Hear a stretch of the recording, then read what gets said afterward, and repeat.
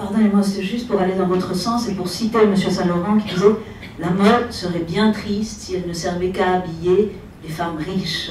Et là, on voit qu'en effet, il y a une opposition, qu'avant Rive Gauche, il y avait une opposition entre, si vous voulez, la femme du palais, entre guillemets, et la femme de la rue, et qu'avec Rive Gauche, Yves Saint-Laurent a descendu la couture dans la rue. Est-ce que c'est un petit peu dans... Oui, oui, mais c'est pas parce qu'on est dans la rue qu'il faut se prostituer. Alors...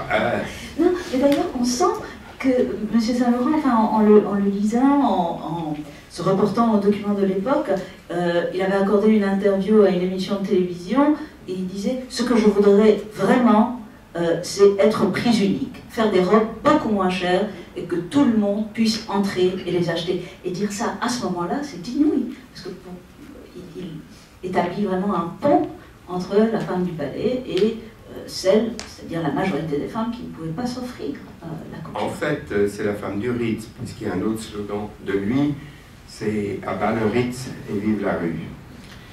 Donc, finalement, on a affaire à un révolutionnaire. Finalement, on a affaire à un révolutionnaire, et en effet, c'est une idée absolument de lui, c'est son idée que j'ai évidemment accompagnée, que j'ai évidemment développée, parce que j'ai compris, d'abord parce que mes opinions et mes goûts me portaient plutôt de ce côté-là, mais en plus parce que c'était une évidence. Est-ce que vous vous souvenez comment l'idée est née? À la suite d'une rencontre, à la suite d'un événement? Non, c'est né lentement, à la suite d'amitiés qu'il s'était faites avec des femmes jeunes et qui n'avaient pas d'argent. Voilà.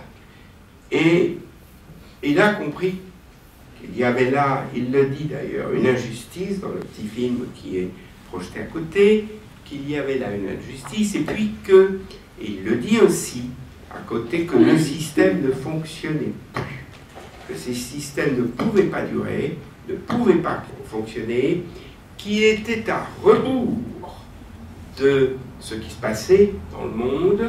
Vous savez, les couturiers, j'ai parlé tout à l'heure d'absence de marketing dans ce choix-là, les couturiers ont une boussole intégrée. Absolument. Et Saint-Laurent, qui n'a jamais fait appel à aucune maison de marketing, avait un marketing personnel intégré. Donc tout ça, il l'a compris, il l'a senti, et il a compris surtout qu'il avait 30 ans. Et qu'il ne pouvait pas, à 30 ans, étant le personnage qu'il était, ayant eu le succès qu'il a eu à 21 ans, il ne pouvait pas continuer à placer et mettre ses pieds dans ces empreintes-là qui étaient dépassées, qui étaient démodées. Et donc, il n'avait pas d'autre choix que d'inventer un nouveau système, que d'inventer une nouvelle relation entre le créateur de mode et les femmes, relation qu'il a toujours revendiquée, relation qu'il a développée au maximum, puisqu'il a toujours pensé que la mode ne se faisait pas dans des tours d'ivoire, que le couturier ne pouvait plus décider à la place des femmes. C'est pour ça qu'il s'agit d'un geste social et d'un geste politique, que le couturier ne pouvait plus décider à la place des femmes, qu'un jour c'était long, un jour c'était court, un jour c'était large et un jour plus étroit, mais que la mode était un rendez-vous et une complicité.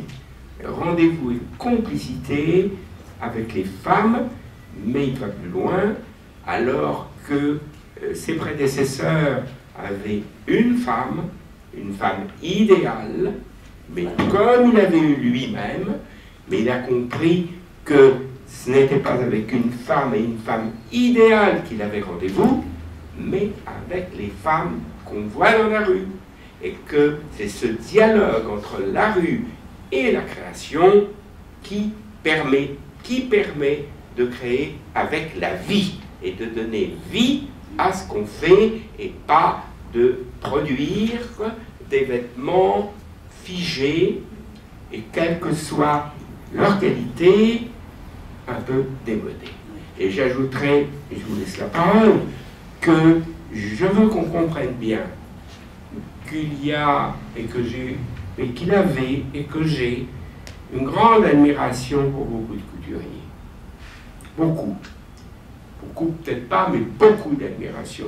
En tout cas pour M. Christian Dior, en tout cas pour Chanel, en tout cas pour Schiaparelli, en tout cas pour d'autres encore, mais que ceux-là, quel que soit, j'ai oublié Balenciaga, mais j'en oublie beaucoup, mais que ceux-là, quelle que soit leur qualité, quelle qu'elle soit, quelque admiration qu'on puisse avoir pour eux, ils n'ont pas compris leur époque. Ils se sont contentés d'habiller avec leur goût et leur fantasme des femmes, mais ils sont restés sur le panthéon esthétique qui était le leur. Et ils ont raté leur rendez-vous avec leur époque. Alors cependant, il y a peut-être un couturier, une couturière qui, comme M. Saint-Laurent, a participé à la transformation de son époque, et c'est Chanel. Et c'est Chanel, et d'ailleurs c'est le seul maître que Saint-Laurent se soit vraiment reconnu, c'est Chanel. Chanel avait pensé à cela bien avant Saint-Laurent, puisque c'était déjà bien avant la guerre. Mais, si j'ose dire, elle était arrivée trop tôt. Vous savez, les idées, il ne faut pas arriver trop tôt, il ne faut pas arriver trop tard. Et d'ailleurs, la mode est une charnière fragile qui se conjugue au présent, est une charnière fragile entre le passé et le futur. Dans les années 60 et quelques dont je vous parle, deux grands couturiers avaient beaucoup de succès. On disait qu'ils habillaient les femmes de l'an 2000. C'était Cardin et c'était Courrèges. Est-ce que vous voyez parfois des femmes habillées comme ça, vous? L'an 2000 est déjà passé. C'est en 2011 et bientôt 2012. Vous voyez les femmes habillées en Courrèges ou en Cardin? Moi, il faut remonter dans ma mémoire pour me rappeler ces femmes-là. Donc, la mode, c'est pas copier les vêtements de sa grand-mère ou du 19e siècle, comme l'a fait avec talent d'ailleurs Galliano. Et ce n'est pas non plus habiller les femmes de l'an 2000 ou maintenant l'an 3000, non. C'est habiller les femmes d'aujourd'hui. Et c'est ça qu'a fait Saint-Laurent. Mais Chanel, donc, je voudrais finir sur Chanel, cela, bien sûr qu'elle a ouvert la voie, bien sûr.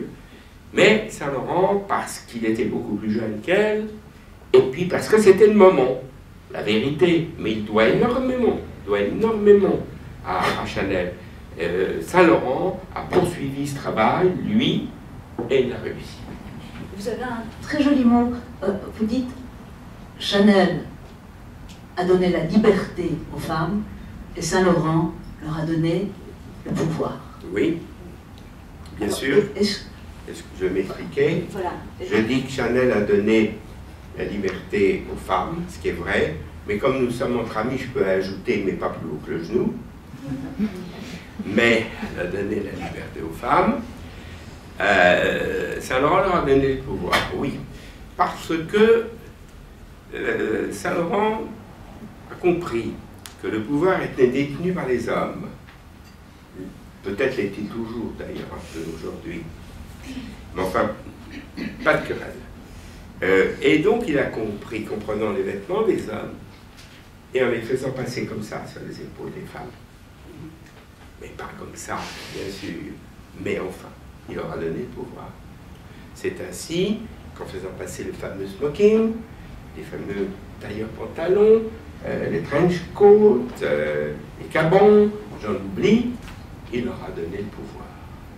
Et il leur a donné le pouvoir, mais ces vêtements-là, dont il a gardé l'ADN profond, qui sont vraiment des vêtements d'hommes, il les a transformés quand même assez pour permettre aux femmes, en portant ces vêtements d'hommes, de développer et leur féminité et leur sensualité. Et ça, c'est aussi une des grandes marques de Saint-Laurent. Oui, c'est-à-dire la femme Saint-Laurent est une femme femmeissime. Il y a toujours avec la veste d'homme, sous la veste de smoking, il y a toujours le transparent. Je crois qu'il y a un moment donné, d'ailleurs ça avait fait scandale, un magazine américain qui avait refusé de reproduire une photographie parce que le chemise était transparent. Oui, j'ai oublié le scandale. Vous savez, nous sommes dans un métier où chacun veut avoir un scandale. Alors, je ne sais pas très bien si ce scandale a eu lieu. J'aime beaucoup que vous disiez, c'est un néologisme qui m'a surpris, que Saint-Laurent était, comment vous avez dit, femmeissime? Oui, que la femme Saint-Laurent était femmeissime, était une femme femmeissime, tout en portant le smoking. Oui, mais c'est mon avis. Vous citiez tout à l'heure, vous parliez du dialogue qu'il y avait entre Saint-Laurent et les femmes. Je voulais juste citer Monsieur Saint-Laurent. Je me suis toujours élevée contre les fantasmes de certains qui satisfont leur ego à travers la mode. J'ai au contraire toujours voulu me mettre au service des femmes, c'est-à-dire les servir leur corps, leurs gestes, leurs attitudes, leur vie. J'ai voulu les accompagner dans ce grand mouvement de libération que connut le XXe siècle. Voilà, ça rejoint tout à fait... Et le mouvement de libération dont on a parlé, et une chose en effet, une espèce de doxa, qui a toujours été celle de Saint-Laurent, toujours, servir les femmes et pas se servir d'elles. Alors oui, c'est vrai que Saint-Laurent n'aimait pas beaucoup les autres ouvriers. Et vous me direz que personne n'aime personne. C'est vrai, c'est pas tout à fait vrai. C'est vrai, c'est pas tout à fait vrai. Il n'aimait pas beaucoup les autres couturiers parce qu'il pensait que la plupart de ces couturiers faisaient des vêtements qui n'étaient pas faits pour servir les femmes, qui étaient faits pour faire des photos, pour être reproduits dans des magazines, mais qu'on ne voyait pas très bien quelle femme pouvait porter ça. C'est ce qu'il disait, c'est ce qu'il pensait, oui, c'est vrai. Mais à la suite de la révolution, Rive Gauche, vous nous avez parlé tout à l'heure, enfin ça a fait vraiment beaucoup de bruit. Quelle a été la réaction de la concurrence, de la couture? Comment eux ont réagi? Il y en a qui ont mal réagi, et d'autres qui n'ont pas réagi du tout, mais on a été suivis. D'ailleurs, c'est une très bonne question, j'aimerais bien qu'on puisse y réfléchir un peu plus et demander à des spécialistes de chercher cela. Je voudrais savoir quel est le deuxième couturier qui a ouvert une boutique à son tour, et j'avoue, je ne sais pas. Mais ça n'a pas été tout de suite. Nous, c'était, comme vous l'avez cité, septembre 66, il a dû falloir attendre 2 ans à peu près. Alors que le succès a été immédiat. Le succès était foudroyant. Et immédiat, c'est-à-dire la clientèle couture traversait la rivière et venait. La clientèle, elle, vous a suivi. Plus que ça. D'abord, nous avions fait ça pour une nouvelle clientèle, et à notre surprise, nous avons vu toute une clientèle haute couture qui est venue là-bas, probablement parce que c'était moins cher d'ailleurs. Enfin, est-ce que c'était pas une histoire de jour et de nuit? C'est-à-dire, pour Rive Gauche, la clientèle peut-être qui venait Rive Droite pour s'habiller Rive Gauche la journée. Et... Pour vous dire la vérité, tant mieux, et c'est très bien, mais ça n'était pas la clientèle qui était celle que voulait Saint-Laurent. L'enjeu n'était pas là. L'enjeu n'était pas là, l'enjeu était dans cette toute nouvelle clientèle. Vous savez, Saint-Laurent était un peu naïf, puisque lorsque je lui ai dit que j'avais trouvé une boutique 21 rue Tournon, qu'il devait venir la visiter, je trouvais que c'était formidable, et il m'a répondu: ah, ça serait bien rue Tournon parce que c'est près des étudiants. Alors, inutile de vous dire qu'aucun étudiant et aucune étudiante n'a jamais poussé la porte de cette boutique. Mais c'est quand même, ça vous montre bien, et vous avez dit tout à l'heure qui voudrait créer un prix unique, c'est vrai. C'est vrai, j'ai même été en conversation avec les 3 quartiers, magasins de la rive droite, bien sûr. Bon, puis après, les choses ne sont pas faites pour 1000 raisons, mais peu importe. En tout cas, la volonté de Saint-Laurent, oui, il aurait voulu faire un grand magasin.